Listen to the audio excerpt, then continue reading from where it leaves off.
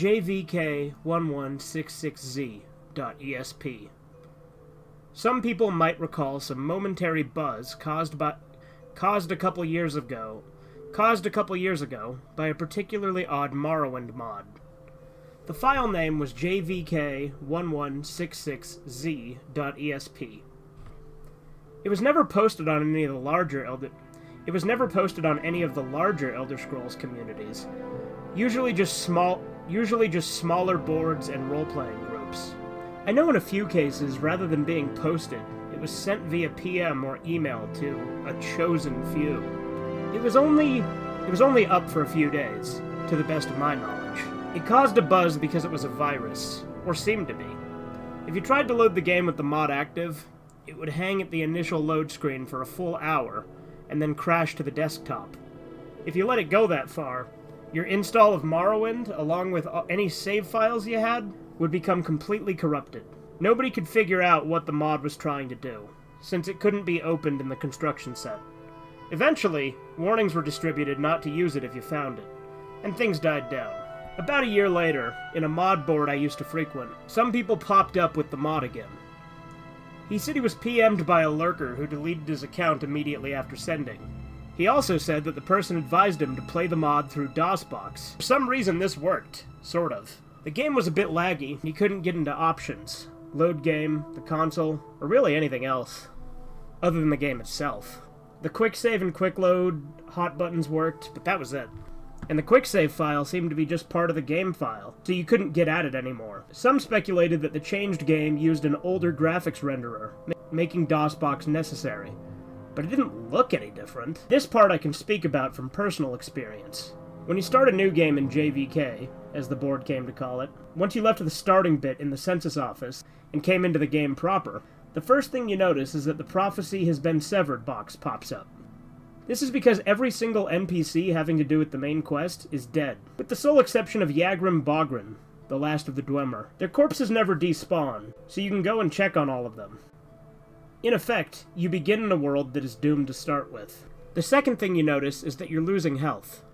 It's only a bit, but it keeps happening. A little bit at a time. The longer you stay in one place, the quicker it seems to occur. If you let this health loss kill you, you'll find the cause. A figure we came to call the Assassin, because he seems to wear a retextured version of the Dark Brotherhood armor from Tribunal, even though the expansions don't work in JVK. It's all black, completely untextured, like he's just a hole in space. He gave me quite a start the first time I saw him scuttling around my dead body. He crawls inhumanly on his hands and feet, his arms and legs splayed out like a spider.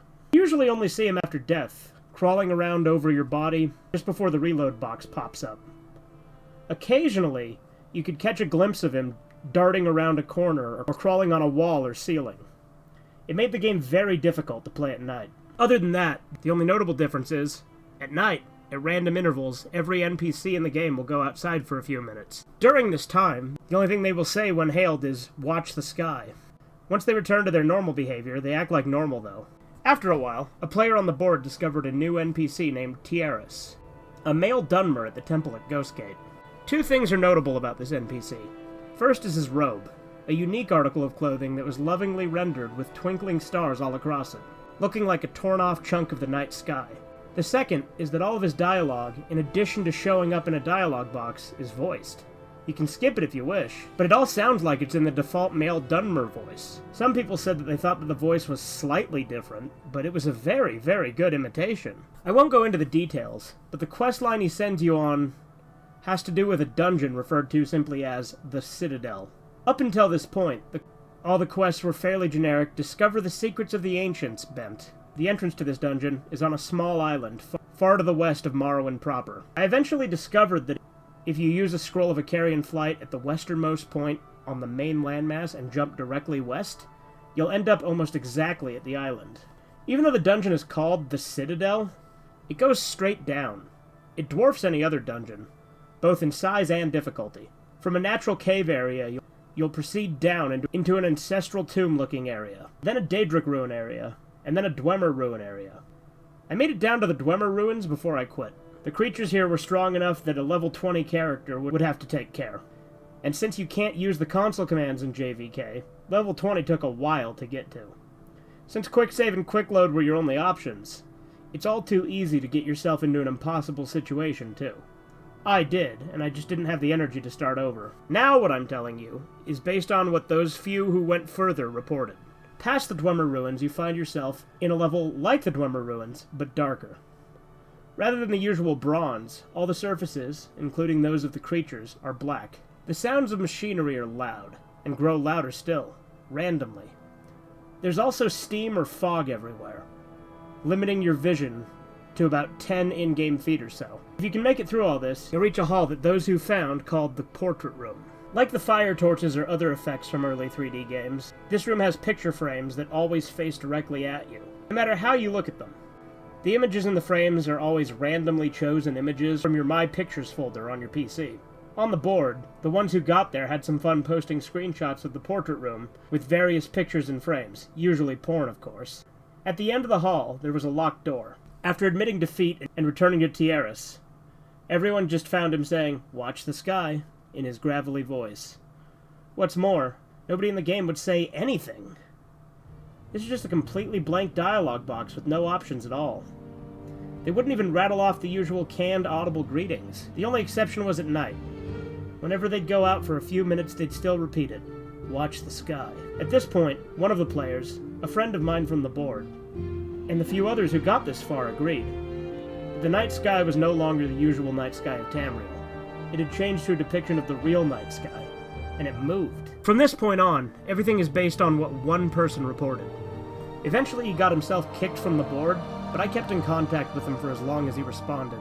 According to him, based on the constellations and planets, the sky started around February 2005. If you died, loaded, or went back into the Citadel, it would start over. When the usual day sky graphics took over, the movement would be suspended until the stars appeared again. In the space of a single night, everything would move about 2 months' worth. Since the timescale of JVK was more or less that of the standard game, that meant that a bit less than an hour was equal to a 24-hour period. He became convinced that the door would open based on some kind of celestial event. Of course, waiting for that meant that he had to leave the game running. Of course, that meant that the game couldn't be left unattended, thanks to our old friend, the Assassin. My friend decided he'd hang out for a whole day, just to see if anything happened. That would be about a year's worth of movement. Here's the post he made at the end of this experiment. "I loaded in Satanine, where it all starts. It wasn't too bad. Just had to check in now and then and heal to make sure I wasn't dying. But check it out. 24 hours exactly in, and the assassin learned a new trick. He screams. I was reading and all of a sudden this crazy loud shriek just makes me crap myself. It's like something out of a horror movie. I look up and there he is, just crouched down right in front of me. Of course, the second I moved my character, he ran off. When I went back to the portrait room, the door was still locked. Damn it, damn it, damn it! A bit later, he came to the decision that he needed to wait 3 days. 3 years. The PM advising us to try DOSBox showed up in February 2008, was his reasoning anyway. After the first shriek, the assassin stops hitting you out of nowhere. Now he'll shriek, and if you don't move for a few seconds, after that he hits you. I think whoever made the mod was trying to help. At night, I've got my headphones on and was just dozing off when he wakes me up with a shriek. I jiggle the mouse and I'm good. That post was 2 days in, from his laptop. Once it was over, fuck, fuck, fuck! So fucking done. So I wait the 3 days, right? And right after the fucking assassin made me jiggle the mouse, he shrieks again. So I look, and everyone in town is outside. They're all saying, "Watch the sky." I don't see anything though. But the game starts getting dark, like really dark. I turn the brightness up all the way on my monitor, and I can still barely see. I can see the other people in the game, little figures running around in the distance, just running back and forth. If I try to get close, they run off. Now I was trying to sleep, so the lights are off, and this is kinda creepy. I don't want to get up to turn on my light because I don't want to miss anything. But nothing fucking happens! Eventually I go back to the Citadel. It's still dark, and I gotta swim. The whole time I can see all these guys swimming all around me, just barely there. I make it to the Citadel, and it's normal light outside. And I get worried. Sure enough, the portrait door is still fucking closed. I go outside and it's all starting over. So that's it. I'm fucking going to bed. I'm fucking done. The end.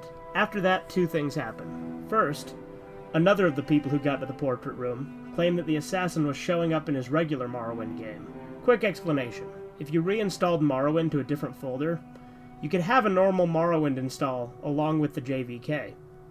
He himself chalked it up to an overactive imagination at first, but he reported a couple really big scares with the black figure crawling right at him, or seeing it waiting for him just around a corner before scuttling off. Another of those who reached the portrait room started a regular Morrowind game, but never saw him for sure. There's just a couple of maybes late at night, and always at a distance. The second is that my friend started getting really abusive and short-tempered on the board. He stopped talking about JVK entirely.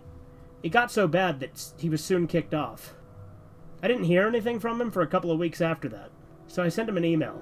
This was part of his reply. I know I shouldn't, but with classes out I've got some time, so I started JVK up again. It's almost 2011, and I think I've got the sleep madness. But stuff is happening. It's still dark. Once it gets dark, it never gets any lighter. It stays like that. The people moved a few months ago. Everything in Seydonin just went to that little bandit cave and moved in. They killed all the bandits inside. Now they're just standing around in there. They don't say anything anymore, and don't do anything when you click on them. I quick-saved and killed one, and he just stood there until he died without fighting back. And it's like that everywhere. You have to walk, since all the quick-travel people are in caves now, too. But all the cities and towns are just deserted. All the people are in the caves and tombs. Everyone in Vivek is down in the sewers. I'm going to Ghostgate next. I want to see if Tierras is still there. I'll tell you what he says when I get there. I replied and said I wanted to see what he said too, and waited a day. When I didn't get a reply, I mailed him again. And a couple hours later he sent back, "Sorry, I totally forgot." So it's 2014 now, since it's always night. The stars are always moving. The whole screen is dark, but you can still see the brightest stars moving around. Tierras is gone. Everyone in Ghostgate was gone. I don't know where the hell they went. They're not in any of the nearby caves, but there's new stuff. People still don't say anything, but their eyes are bleeding. It's so dark that even with a light spell, you have to get right up against them to see. But there they are. Little dark streaks coming down from their eyes. I think it's gotta be getting close. I know this is stupid, and there's no way the payoff is going to be worth it. But I just want to be able to say that I stuck it out. I got that one during the day. Later that night, I got a follow-up email. Some of the planets aren't moving right. It's pissing me off. If this keeps up, I won't be able to keep track anymore. It's almost 2015 now, I think. Fuck. You know? I just noticed that there aren't any monsters around anymore either. I'm completely alone outside now. The main quest people's bodies are still lying around, though. I went to check on them. I don't need headphones anymore, so I just leave them off. When he shrieks, it's like he's screaming right into my ear. I think I even kind of anticipate it. He's around a lot more now, a lot closer. He's different from the other people who started showing up, remember? They kept running around just when you can barely see them. I have to admit that it's kind of creepy at night. Sometimes when I go to the bathroom or whatever, I swear I can see something out of the corner of my eye. I'm keeping all the lights on now. I sent him a letter, jokingly telling him to get some real sleep, and left it at that. 2 mornings later, I found this in my email. The last thing I ever got from him. After this, he stopped responding completely. I just got fucked up from a dream, I think. The assassin shrieked at me and I opened my eyes. He was right there, crouching over me.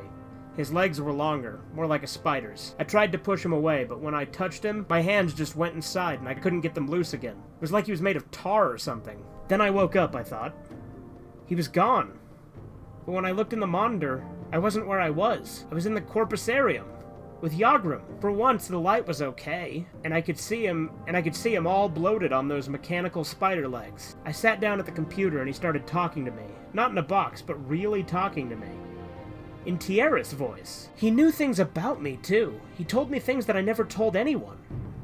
Some things I totally forgot about. He told me that almost nobody had made it this far, and that the door would open up soon. So I just had to hang on a little while longer. He said I'd know when it was time.